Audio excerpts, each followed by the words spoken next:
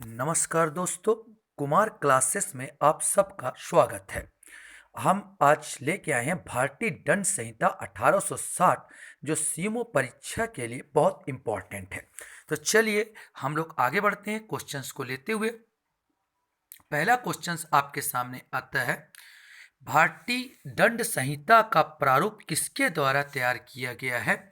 सही आंसर है Lord Macaulay द्वारा तैयार किया गया है। भारतीय दंड संहिता में कुल कितने धाराएं हैं? तो भारतीय दंड संहिता में 511 धाराएं हैं। भारतीय दंड संहिता प्रवृत्त हुआ तो भारतीय दंड संहिता 1 जनवरी 1862 में प्रवृत्त हुआ। अगला क्वेश्चन है, भारतीय दंड संहिता कुल कितने अध्यायों में विभाजित है? तो सर कुल 23 अध्याय में विभाजित है। मुस्लिम विधि में प्रचलित दंड व्यवस्था थी तो किसा, दिया और हद, तो तीनों इसमें आ जाते हैं, अर्थात उपरोक्त सभी आंसर आएगा। भारतीय दंड संहिता 1860 के अंतर्गत निम्नलिखित के विरुद्ध अपराधों का उल्लेख है। तो सर इस पर राज्य के विरुद्ध, मानव शरीर के विरुद्ध और संपत्ति के विरुद्ध उपरोक्त सभी आंसर आएगा, सभी के विरुद्ध ये आता है। अगला क्वेश्चन आपके सामने है, भारतीय दंड संहिता का विस्तार है। तो भारतीय दंड संहिता का विस्तार, इसमें सही आंसर आएगा जम्मू कश्मीर राज्य को छोड़कर संपूर्ण भारत पर है। जम्मू कश्मीर राज्य का संविधान अलग है, वहां पर 370 के आधार पर संविधान के आधार वहां पर चलता है, वहां पर कानून, इसके आधार पर जम्मू कश्मीर को अलग रखा गया। भारतीय दंड संहिता का विस्तार राज्य क्षेत्रातीत अपराधों पर कहां तक लागू है? तो यह आएगा भारत से बाहर किसी स्थान पर लागू हो सकता है, होता है। भारत में रजिस्ट्रीकृत किसी पोत पर, माने जहाज पर, वहां भी लागू होगा। भारत में रजिस्ट्रीकृत किसी विमान पर, वहां भी लागू होगा। अर्थात उपरोक्त सभी सत्य है, सभी जगह ये लागू होता है। अगला क्वेश्चन है, भारतीय नागरिक उगांडा में हत्या करता है और मुंबई में पकड़ा जाता है, वह हत्या के लिए विचारित होगा। तो जहां पर पकड़ा गया है वहीं का न्यायालय में विचारित होगा, अर्थात मुंबई में वो विचारित हो जाएगा। भारतीय दंड संहिता कौन सा उपबंध पर प्रभाव नहीं डालती? तो यहाँ पर है भारत सरकार के सेवकों से संबंधित उपबंध, सेना के विद्रोह और अभिभाजन को दंडित करने वाले किसी अधिनियम के उपबंध और किसी स्थानीय विधेयक के उपबंध, इसमें न्यायालय हस्तक्षेप नहीं करती, अर्थात डी आंसर आएगा उपरोक्त तीनों में।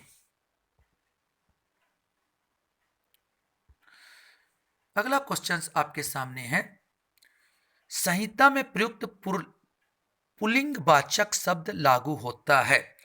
तो धारा 8 में, मैं आपको बता दूं कि धारा 8 में नर और नारी के लिए, दोनों के लिए पुल्लिंग शब्द का इस्तेमाल किया गया है।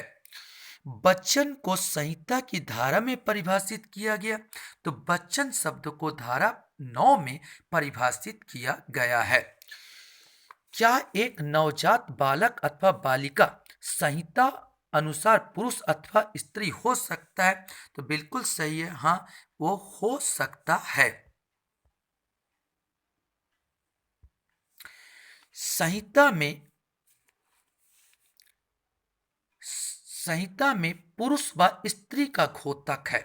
जहां पुरुष और स्त्री बोलेगा तो किसी भी आयु के मानव, नर व नारी, चाहे वो छोटा बच्चा हो, चाहे वो बड़ा हो या वृद्ध हो, सबके लिए एक ही उपयोग किया। छोटा बच्चा से लेके पूरे बड़े तक या तो स्त्री बोलेंगे, छोटा बच्चा से लेके बड़े तक बूढ़ा भी हो उसके लिए पुरुष, मतलब किसी भी आयु के मानव, नर और नारी के लिए इसका प्रयोग किया गया है। संहिता के अनुसार कंपनी को व्यक्ति शब्द के अंतर्गत लिया गया कि नहीं लिया गया? वास्तव में धारा 11 में कंपनी को व्यक्ति के शब्द के अंतर्गत लिया जाता है या लिया गया है। सरकार शब्द संहिता की धारा में परिभाषित किया गया। तो सरकार शब्द धारा 17 में परिभाषित किया गया। सरकार शब्द घोतक है तो इसके अंतर्गत केवल केंद्रीय सरकार, केवल राज्य सरकार, दोनों आ जाते हैं सर। केंद्रीय भी आते हैं सरकार में, और राज्य सरकार दोनों इसके अंतर्गत समाहित हो जाते हैं। अगला क्वेश्चन है, लोक सेवक किस धारा में परिभाषित है? तो लोक सेवक धारा 21 में परिभाषित है। लोक सेवक में भारतीय दंड संहिता में निम्नलिखित प्रकार है। तो लोक सेवक के अंतर्गत 12 प्रकार के लोक सेवक बताए गए हैं। निम्नलिखित में से लोक सेवक के अंतर्गत है, सेना के हर कमीशन अधिकारी, न्यायाधीश, पंचायत सरपंच सब आ जाते हैं, इसके अंतर्गत लोक सेवा के अंतर्गत आते हैं। निम्नलिखित में से लोक सेवक नहीं है, तो जो विधायक गण होता है, एमएलए गण होता है, उनको लोक सेवक नहीं माना गया। लोक सेवक मतलब ये मत समझ लेना सर कि लोक सेवक माने लोग, तो आप दिमाग में आ रहा है सर ये तो सेवा वाले हैं, ये वाला मत समझ लेना। ये लोक सेवक हैं। लोक सेवक माने इसके अंतर्गत अधिकारी वर्गों को लिया जाता है। तो फिल्म सेंटर बोर्ड का अध्यक्ष, नगर निगम आयुक्त, मुख्यमंत्री, इस सब को ले लिया गया इसके अंतर्गत, लोक सेवक के अंतर्गत। लेकिन एमएलए, विधायक, इनको हटा दिया गया, इनको नहीं लिया गया। क्वेश्चन था, जंगम संपत्ति के अंतर्गत क्या आता है? तो जंगम संपत्ति के अंदर हर भारतीय की मूर्त संपत्ति, मूर्त माने जिसको छुआ जा सके, जिसको देखा जा सके, वो सारी चीजें होती है उस मूर्त संपत्ति के अंतर्गत आती है। इसको जंगम संपत्ति के अंतर्गत हम लोग कहते हैं। धारा 23 बोलता है, संपत्ति के दोषपूर्ण अर्जन कहलाता है। संपत्ति के दोषपूर्ण अर्जन सदोष अभिलाप, इसमें आएगा सदोष अभिलाप, माने जो आपने, आपका जो नहीं है और आपने अगर चोरी से या उस चीज को प्राप्त किया तो सदोष, दोष करते हुए आपने अभिलाप प्राप्त किया, अर्थात सदोष अभिलाप हुआ। ये बेईमानी में शब्द का आवश्यक तत्व माना गया है। तो बेईमानी जो करते हैं, ये धारा 24 के अंतर्गत बेईमानी शब्द को परिभाषित किया गया। धारा याद रखने, धारा 24 यहाँ पर परिभाषित किया गया। धारा 24 में इसको परिभाषित किया गया। इसमें दोनों आ जाएंगे, दोषपूर्ण अभिलाप ये भी आ जाएगा, दोषपूर्ण हानि ये भी आ जाएगा, अर्थात दोनों इसमें आ जाएंगे। जिसमें एक को अभिलाभ होगा, ये दोषपूर्ण अभिलाभ, और लेकिन जिसका हानि होगा, एक को हानि होगा। तो बेईमानी में एक को हानि होता है और एक को लाभ होता है, मैंने दोनों आ जाते हैं, समाहित हो जाता है। कपट पूर्वक शब्द आवश्यक तत्व माना गया। तो धारा 25 में कपट पूर्वक में दोनों को माना जाता। आपने धोखा दिया है और क्षति पहुंचाई, अर्थात केवल धोखा केवल क्षति नहीं, दोनों आएंगे। धोखा भी होना चाहिए और उसमें उस व्यक्ति को क्षति भी होना चाहिए, तो उसको हम धारा 25 के अंतर्गत ये दोनों कपट पूर्वक माना जाता है।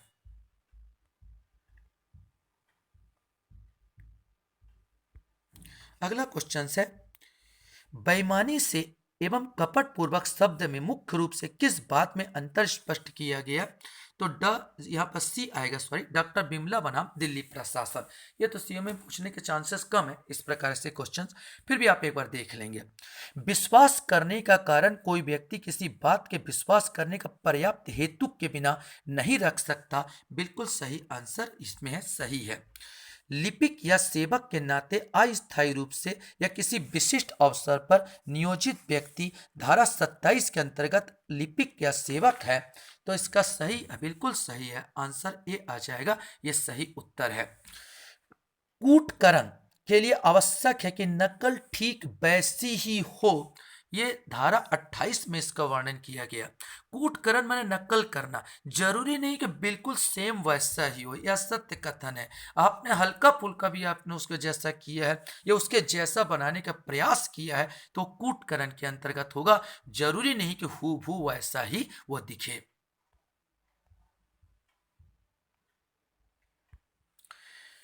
अगला क्वेश्चन है, संहिता के दस्तावेज को परिभाषित किया गया। तो दस्तावेज धारा 29 में परिभाषित किया गया। पिछले सीओमो परीक्षा में धाराओं को ज्यादा पूछ दिया गया था, ध्यान रखिएगा। बैंकर पर दिया गया चेक दस्तावेज है, बिल्कुल होगा। बैंकर में जो चेक है वो आपको दस्तावेज के अंतर्गत आ जाएगा। निम्नलिखित में से दस्तावेज कौन सा है?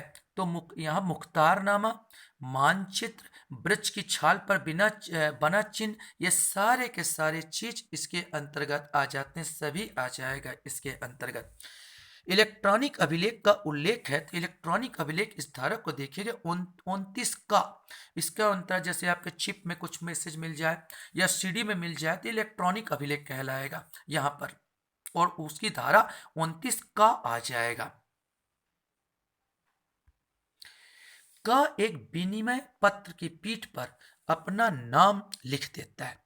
इस पृष्ठांकन का प्रभाव किसी व्यक्ति को जो उसका विधि पूर्वक धारक हो जाए उस विनिमय पत्र पर अधिकार अंतरित किया जाता है। क्या पृष्ठांकन मूल्यवान प्रतिभूति? ये बिल्कुल होगा। अगर उसने अपना नाम लिखा तो मूल्यवान प्रतिभूति हो जाएगा। मूल्यवान प्रतिभूति मतलब है किसी भी केस में आप उसको पेश कर सकते हो दस्तावेज के रूप में। निम्नलिखित में से मूल्यवान प्रतिभूति क्या है? तो वैसे मूल्यवान प्रतिभूति धारा 30 में वर्णन किया गया है। इसमें सब विवाह विच्छेद का विलेख आय तो भी है, काबूलनामा है तो भी है, लॉटरी टिकट तो भी है। उपरोक्त सभी मूल्यवान प्रतिभूति के अंतर्गत आते हैं। अगला क्वेश्चन से निम्न में मूल्यवान प्रतिभूति है, इसमें भी वही होगा। दूध का कूपन बोल दो, स्टम्प पेपर बोल दो, कर निर्धारण आदेश, ये सब के सब मूल्यवान प्रतिभूति के अंतर्गत आते हैं। निम्नलिखित में से मूल्यवान प्रतिभूति नहीं है तो इसमें आंसर था लेखा पुस्तिका की प्रविष्टियां जो पक्षकार द्वारा हस्ताक्षरित नहीं है, और मूल्यवान प्रतिभूति की प्रतिलिपियां मतलब यार फोटो कॉपी बात। मूल्यवान प्रतिभूति का अगर फोटो कॉपी दिखा रहे हो आप, और लेखा पुस्तिका की प्रविष्टियां जिसमें पक्षकार ने हस्ताक्षर ही नहीं किया, तो दोनों को नहीं माना गया है। आप ओरिजिनल दिखाए, मूल्यवान प्रतिभूति की फोटो कॉपी मत दिखाइए यहाँ पर, तो ये दोनों इसके अंतर्गत आता है। संयुक्त दायित्व का सिद्धांत निम्नलिखित धारा में निहित है तो धारा 34 में संयुक्त दायित्व का निर्धारण करता है। अर्थात मान लीजिए आप कोई एक काम करता है, कोई मर्डर हुआ है और मर्डर में कोई व्यक्ति ने किसी का मर्डर किया, आप उसके साथ है, भले आप उसका वो दे क्या बोले आपको सजेशन दिए या उसके साथ है, तो आपका संयुक्त दायित्व हो जाता है। अगर उद्देश्य आपका भी वही साइड, आप भले मत मारो लेकिन संयुक्त दायित्व के अंतर्गत आ जाता है। तो धारा 34 में इसको परिभाषित किया गया है।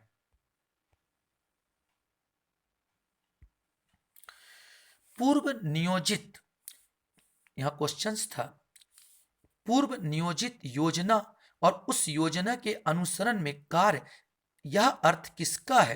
तो धारा 34 के अनुसार सामान्य आशय से इसका अर्थ होता है कि आपने पहले से प्लानिंग कर लिया, पूर्व नियोजित योजना, उस योजना के अनुसरण में कुछ आगे बढ़ गए, कुछ कार्य कर डाले हैं, पहले से प्लानिंग कर लिए मेरे को डकैती करना है, और उसके तहत आप आगे बढ़ गए, दरवाजा में आपने आगे बढ़ा और आगे दरवाजा साइड आपने खोलने का प्रयास किया, तो आपने पूरा हो गया, सामान वो निकल जाएगा, आपका सामान्य आशय आ जाएगा। सर थोड़ा सा भी आप किसी को मारना चाहते हो, आप किसी को मारना चाहते हो लेकिन आपने जहर क्रैक किया, आपने सामान आशय, क्योंकि आपका पूर्व नियोजित उद्देश्य था और उसके अनुसार में थोड़ा भी कदम बढ़ा दिए तो सामान आशय बन जाता है। 40 नंबर आपका चलते हैं हम लोग। सामान्य आशय को साबित करने के लिए निम्नांकित तत्वों को विद्यमान होना आवश्यक है। तो इसमें उपरोक्त सभी अर्थात कोई आपराधिक कार्य किया गया हो, ऐसा कार्य एक से अधिक व्यक्ति द्वारा किया गया हो, बस सबके सामान्य आशय को अग्रसर करने के लिए किया गया हो, तो यहाँ पर उपरोक्त सभी आ जाएगा, ये विद्यमान होना आवश्यक होता है। सामान्य आशय स्वयं किसी अपराध का सृजन नहीं करता, बिल्कुल सही है। जब आप आशय सबने एक जैसा रखा लेकिन आपने कार्य नहीं किया तो वो कोई अपराध नहीं हुआ। आप किसी को मारना चाहते हो, आपने प्लानिंग बनाया कि हम सब मारेंगे फलाना, लेकिन उसके संबंध में कोई आगे बढ़े ही नहीं उस चीज़ों में, वो अपराध का सृजन नहीं हुआ। लेकिन आप एक भी कदम आगे बढ़ाते हो तो उस अपराध का सृजन। हाँ, एक चीज़ याद रखेंगे, डकैती का प्लानिंग ही अपराध है, इसमें डकैती को अपवाद माना जाता है। आप डकैती के 4 व्यक्ति बैठे हैं घर में प्लानिंग करने, फलाना जगह डकैती करना, उसको बोलेगा भाई इसमें तो हमने अग्रसर हुए नहीं, तो सर ये नहीं चलेगा। डकैती के इसमें अपवाद है, डकैती को अपराध मान लिया गया। बाकी सबको इसमें कोई भी आप समान आशय रखते हैं लेकिन उसके कदम एक कदम तो आपको बढ़ना ही चाहिए, तब उसको वो माना जाता, अपराध माना जाता है।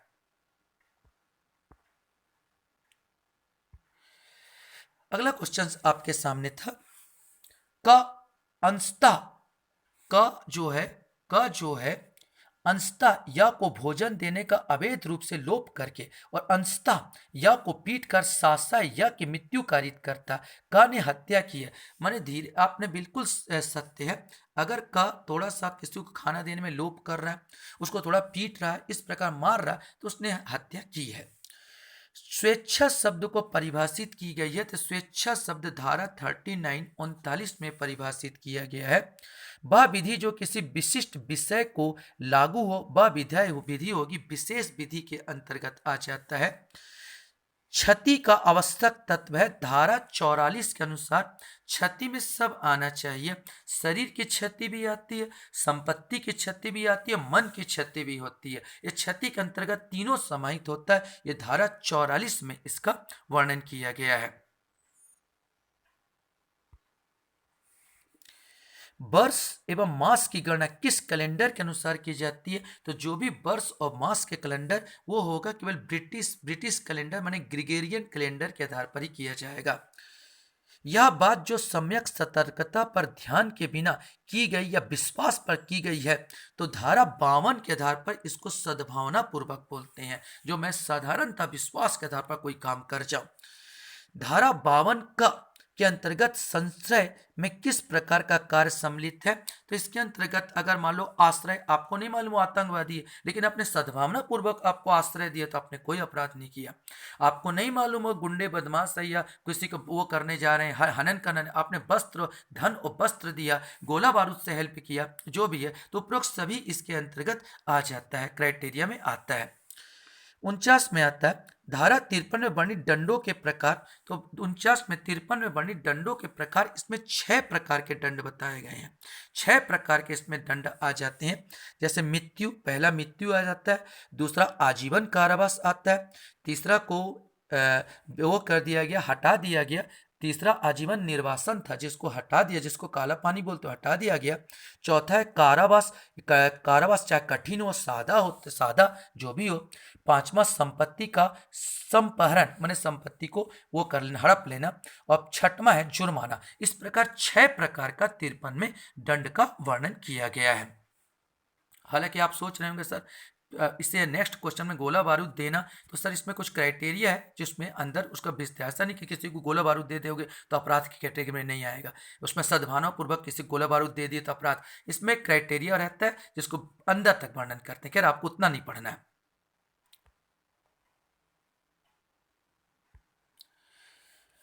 अगला क्वेश्चन है संहिता में किस प्रकार का दंड का प्रावधान नहीं है? तो मैंने बताया जो 3 में हटा दिया, जिसको काला पानी होता था या आजीवन निर्वासन, उसको हटा दिया गया। मृत्यु दंड का लघुकरण कर सकता है, तो मृत्यु दंड का लघुकरण समुचित सरकार अर्थात राष्ट्रपति कर सकता है। समुचित सरकार की परिभाषा के अंतर्गत सब आ जाते हैं सर, दोनों आ जाएगा। पहले ही बताया केंद्रीय सरकार और राज्य सरकार दोनों आ जाएगा। आजीवन कारावास की अवधि कितनी होती? तो आजीवन कारावास की अवधि 20 वर्ष तक होती है। अगला क्वेश्चन है आजीवन कारावास के दंडादेश को लघुकरण कितने वर्ष तक किया जा सकता है? तो लघुकरण 14 वर्ष तक किया जा सकता है। लघुकरण माने दंड को छोटा छोटा कर देना। कारावास किस भांति होता है? कारावास कठोर भी हो सकता है, कारावास सादा भी, अर्थात दोनों हो सकता है। जुर्माना यदि अभिव्यक्त ना हो, वहां अपराधी किस रकम में जुर्माना दायी है? तो यह जज के ऊपर डिपेंड करेगा, अमर्यादित, किंतु अत्यधिक नहीं होगी, जज पर डिपेंड करेगा। जहां पर नहीं बताया गया कि कितना जुर्माना हो, जज का स्वविवेक है। जुर्माना, जबकि जुर्माना और कारावास दोनों अदिष्ट किए जा सकते हैं, तब जुर्माना न देने पर कारावास की अवधि, मतलब ये होता है कि मान लिया जाए कोई व्यक्ति को जुर्माना भी लगा है और कारावास भी लगा है। अगर वो जुर्माना नहीं पटाता तो भाई इसका जुर्माना का 1/4 हो जाएगा, 1/4 हो जाएगा। 1 साल का कारावास है तो 1 साल का 1/4 माने उसको मान के चलिए 1/4 पर 4 × 12, 3 महीने का कारावास, उस 3 महीने कारावास एक्स्ट्रा उसको लग जाएगा। अगला क्वेश्चन था जुर्माना न देने पर कारावास, जबकि अपराध केवल जुर्माने से दंडनीय है, तो वो सिंपल सा सादा, उनको सादा कारावास होगा। जबकि अपराध केवल जुर्माने से दंडनीय है, यदि जुर्माना 50 रुपए से अधिक ना हो तो कारावास की अवधि कितनी होगी? तो ये कारावास की अवधि मात्र 2 माह से अधिक नहीं होगी। जबकि अपराध केवल जुर्माने से दंडनीय है। यदि जुर्माना 100 रुपए से अधिक ना हो तो कारावास की अवधि थोड़ा बढ़ के आपका हो जाए, कारावास की अवधि 4 माह से अनधिक नहीं होगी। अगला क्वेश्चन है, जुर्माने से दंडित अपराधी द्वारा जुर्माना राशि जमा न करने पर अधिकतम कारावास, आप जितना भी जुर्माना लेंगे अधिकतम कारावास 6 माह से ज्यादा नहीं होगी। 1/4 तो वैसे बोल दिया गया, लेकिन 1/4 भी क्या, 6 माह से ज्यादा आपका नहीं होना चाहिए। एकांत कारावास की अधिकतम अवधि निर्धारित है। एकांत कारावास कठोर कारावास का अंतर है, जहां पर व्यक्ति को एकांत में रख दिया जाता है, वहां पर वो अधिकतम 3 माह से ज्यादा नहीं होगी। एकांत कारावास किस प्रकार के कारावास से दंडनीय अपराध हेतु अधिरोपित होती है? जो कठिन कारावास होता है उसी में एकांत कारावास दिया जाता है। व्यक्ति को किसी से मिलने जुलने नहीं, एकांत में पड़े रहना पड़ता है। एकांत परिरोध की अवधि एक बार में अधिकतम, फिर भी एक बार में लगातार आपको 6 महीने तक नहीं जाए एकांत कारावास नहीं दिया जाएगा, याद रखिएगा। एकांत कारावास 3 महीने तक अधिकतम रहेगा, 3 महीने तक पूरा नहीं दिया जाएगा। इसमें अधिकतम जो होता है एक बार में 14 दिन से ज्यादा नहीं दिया जाएगा।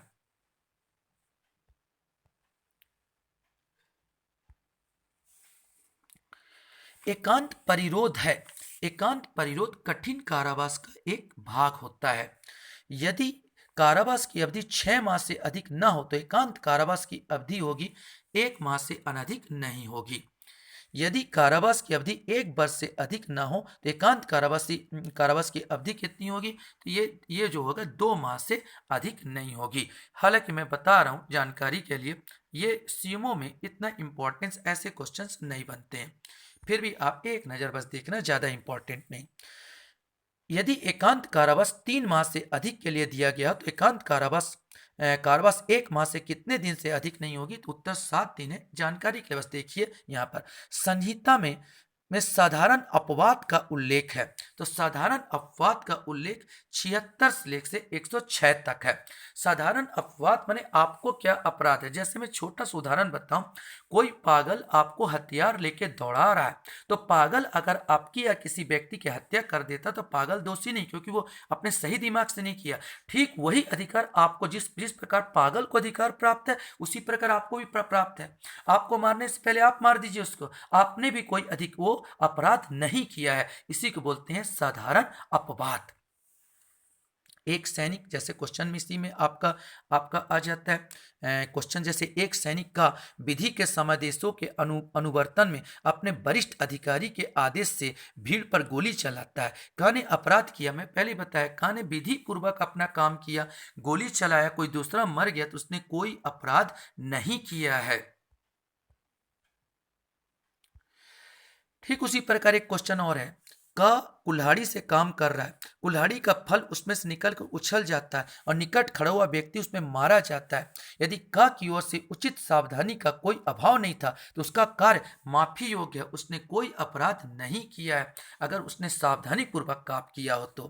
कोई बात अपराध नहीं है जो किस वर्ष के कम आयु शिशु की होती है, तो 7 वर्ष से नीचे 7 वर्ष से नीचे शिशु 7 वर्ष से नीचे द्वारा शिशु द्वारा किया गया कोई भी काम अपराध की श्रेणी में नहीं गिना जाता। 7 वर्ष से ऊपर किंतु कितने वर्ष से कम आयु के शिशु का संहिता के अंतर्गत अपरिपक्व माना गया, तो अपरिपक्व जो माना गया है वो 12 वर्ष तक का अपरिपक्व माना जाता है। फिर भी देखा जाता है अपराध की श्रेणी में तभी रखा जाएगा अगर वो काम करने में वास्तव में जानबूझकर काम किया और उसकी इतनी समझ है कि वो जानता था कि वो ऐसा काम करने से अपराध है, तभी उसको हल्का फुल्का दंड मिलेगा या बाल सुधार गृह में भेजा जाएगा, अन्यथा नहीं।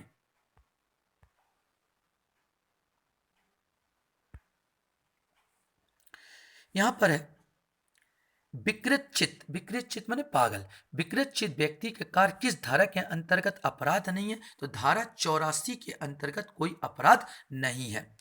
का धारा 82 और 83 में शिशु के कार्यों को अपराध न मानने का आधार है। सिंपल सा, वो कार्य की अर्थ एवं प्रकृति के परिणाम ना समझ पाना। शिशु 7 साल से नीचे वो कार्य क्या कर रहा है ये पता नहीं रहता उसको, कि उसका परिणाम क्या हो गया पता नहीं होता, इसलिए अपराध की कैटेगरी में नहीं आता।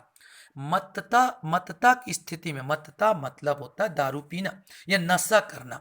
मतता की स्थिति में धारा 85 से धारा 86 के अंतर्गत संरक्षण नहीं मिलेगा। यदि मादक पदार्थ आपने स्वेच्छा से लिया है, जानबूझकर पी के का अपराध कर रहे हो, तो कोई आपको वो नहीं मिलेगा, रिलैक्स नहीं मिलेगा। लेकिन बिना ज्ञान के लिया गया है, बिना आशय के लिए से लिया गया हो, आपको पता नहीं, इच्छा के प्रतिकूल कोई जबरन आपको पिला दिया और आपसे अपराध हो गया हो, तो आपको छूट मिलेगी। अगला क्वेश्चन था,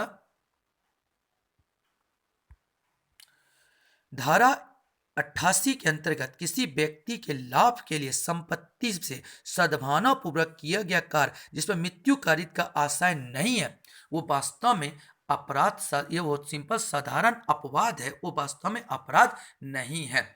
अगर आपके सामने कोई डॉक्टर आता है, एक आप मरीज है जिसका जान बचाना बहुत जरूरी है, जिसका ऑपरेशन करना बहुत जरूरी, उसका कोई परिजन नहीं है, लेकिन उसको जिसमें जो दस्तखत कर सके, वो जानता है इसमें उसका चांसेस, बचने के चांसेस भी कम है, और बिना परिजन के आज्ञा के वो अगर सद्भावना पूर्वक उसका ऑपरेशन कर देता है, तो उसने कोई अपराध नहीं किया है, भले उस आदमी की मृत्यु हो जाए। का एक शल्य चिकित्सक एक रोगी को सद्भावना पूर्वक यह संसूचित करता है कि उसकी राय में वह जीवित नहीं रह सकता, इस आघात के परिणाम स्वरूप उस रोगी की मृत्यु हो जाती, का अपराध किया? सर, कोई अपराध नहीं किया उसने। एक लोहार जो अपने औजार लेकर एक ग्रह का दरवाजा तोड़ने को विवश किया जाता है, जिससे डाकू उसमें प्रवेश कर सके, लूट सके, उसने भी अगर जानबूझकर डाकू लोग उसको करवा रहे हैं बंदूक के नोक पर, तो उसने कोई अपराध नहीं किया है। अगला क्वेश्चन आपके सामने है, विधि तुच्छ बातों पर ध्यान नहीं देती है, यह सिद्धांत समाहित है। तो धारा 95 कहता है विधि तुच्छ माने छोटी छोटी बातों पर वो ध्यान नहीं देती है। प्रतिरक्षा का अधिकार प्राप्त है, मैंने कहा सिर्फ शरीर के लिए, सिर्फ संपत्ति के लिए? सर, प्रतिरक्षा तो आप संपत्ति के लिए भी कर सकते हो, प्रतिरक्षा शरीर की, अपनी संपत्ति को रक्षा करने का भी आपको अधिकार है और अपने शरीर की रक्षा करने का भी अधिकार है। अर्थात ये, आपको कोई मारने आ रहा है, आप पहले मार दो उसको, सिंपल सा, बस ये, बस शर्त ऐसे नहीं कि आपका अपराध कर डाले, बस ये आपको करना। उसके पास अब चारा नहीं था, आपके पास कोई चारा नहीं था, सूने रोड में जा रहे हो, रात को 2 बज रहे हैं, 4-5 गुंडे नकाबपोश आपको घेरने की कोशिश कर रहे हैं, डंडा लेके खड़े हैं, आप चला जाइए, पूरा उड़ा दीजिए, आप उनको कोई प्रॉब्लम नहीं। आप संपत्ति, इस प्रकार शरीर की रक्षा, संपत्ति की रक्षा, बशर्ते बस ये होना चाहिए कि आपको हेल्प लेने का कोई वो नहीं था, चांस नहीं था, इसी पोजीशन में आपको ये अधिकार प्राप्त होगा। या पागलपन के असर में काक को जान से मारने का प्रयत्न करता है, यहां पर यह अपराधी नहीं है, तो बिल्कुल सही है। यहां पर जो आता है, यहां पर किसी अपराध का दोषी नहीं है। एक बार फिर बता दूं, जो अधिकार पागल को प्राप्त है वही अधिकार आपको भी प्राप्त है। अगर आप अपनी जान बचाने के लिए उस पागल को मार देते हैं, तो आपने भी कोई अपराध नहीं किया है यहां पर। तो ये मैंने आपको बताया। चलिए, ये अगर आपको अच्छा लगे तो लाइक कीजिए, सब्सक्राइब कीजिए एंड शेयर कीजिए, दूसरों को बताइए, ताकि दूसरों को भी लाभ पहुंच सके और पता चल सके उनको भी। और थैंक यू वेरी मच। अच्छा लगे तो लाइक कीजिए। Thank you very much.